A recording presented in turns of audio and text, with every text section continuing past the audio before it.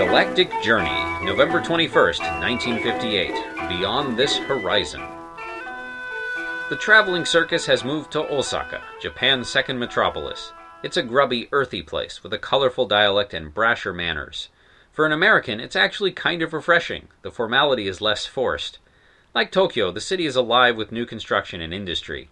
In contrast to cities back home, which have infrastructure dating back to the turn of the century, Japan looks like the future. It was thus the perfect place to finish Heinlein's Beyond This Horizon, which was first published under a pseudonym back in 1942 and republished under his own name in 1948. This was a second-hand copy I'd picked up specifically for this trip. Beyond This Horizon is an odd duck of a novel, particularly in comparison to Heinlein's recent, more conventional works, i.e. The Puppet Masters, The Door in the Summer, etc.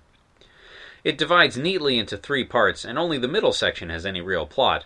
I didn't read the version originally serialized in Astounding, but I imagine much of the disjointed nature stems from the story having been written for magazine publication.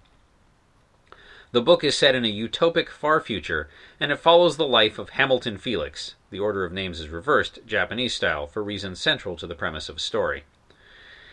He is the genetically superior result of dozens of generations of eugenic breeding. In this regard, he's no different from most of his fellows. Most everyone on Earth in the story is the result of the weeding out of undesirable traits and promotion of positive ones. People are allowed to find their own mates, but the children are artificially assisted to be the best possible offspring. Only the control normals are left unmodified. Hamilton's primary involvement in the story is to be resistant to the possibility of having offspring, the first part, to infiltrate and disrupt a revolutionary group bent on deposing the world government and eliminating the control normals, the second part, and to give in to having offspring, the third part.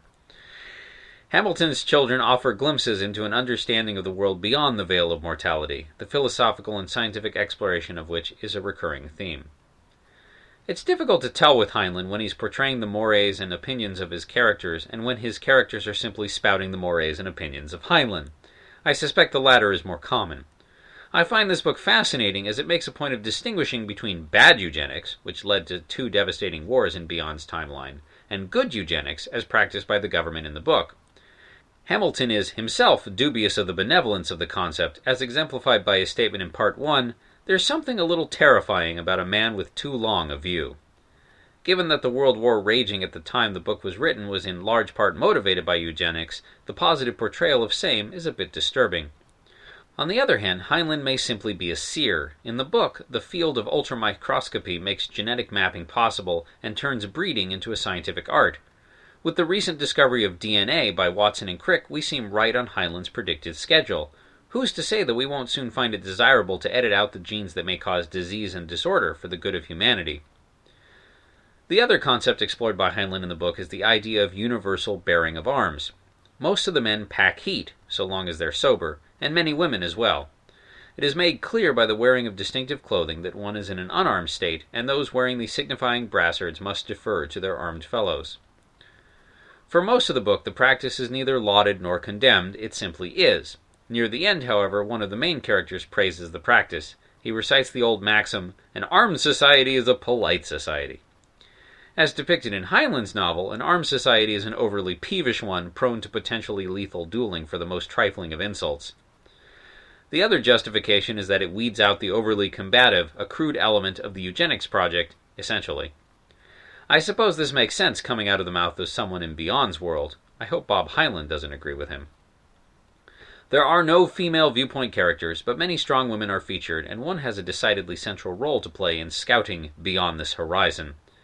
I don't know if Heinlein was exceptionally progressive, this was 1942, or if we've simply gone backward since the war. Perhaps both. Heinlein generally populates his stories with smart, resourceful females, even if they're never quite the star.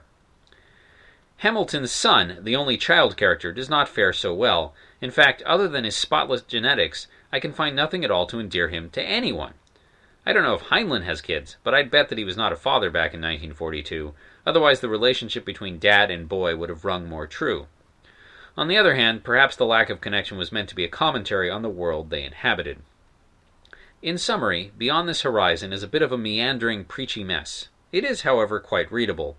Moreover, like many of Heinlein's works, it does an excellent job of portraying a future, if not the future. Heinlein presents the technology and culture with a glib vagueness that will help preserve the novel from becoming dated. 3 stars out of 5. The original written article, linked stories, and images can be found at galacticjourney.org by Gideon Marcus.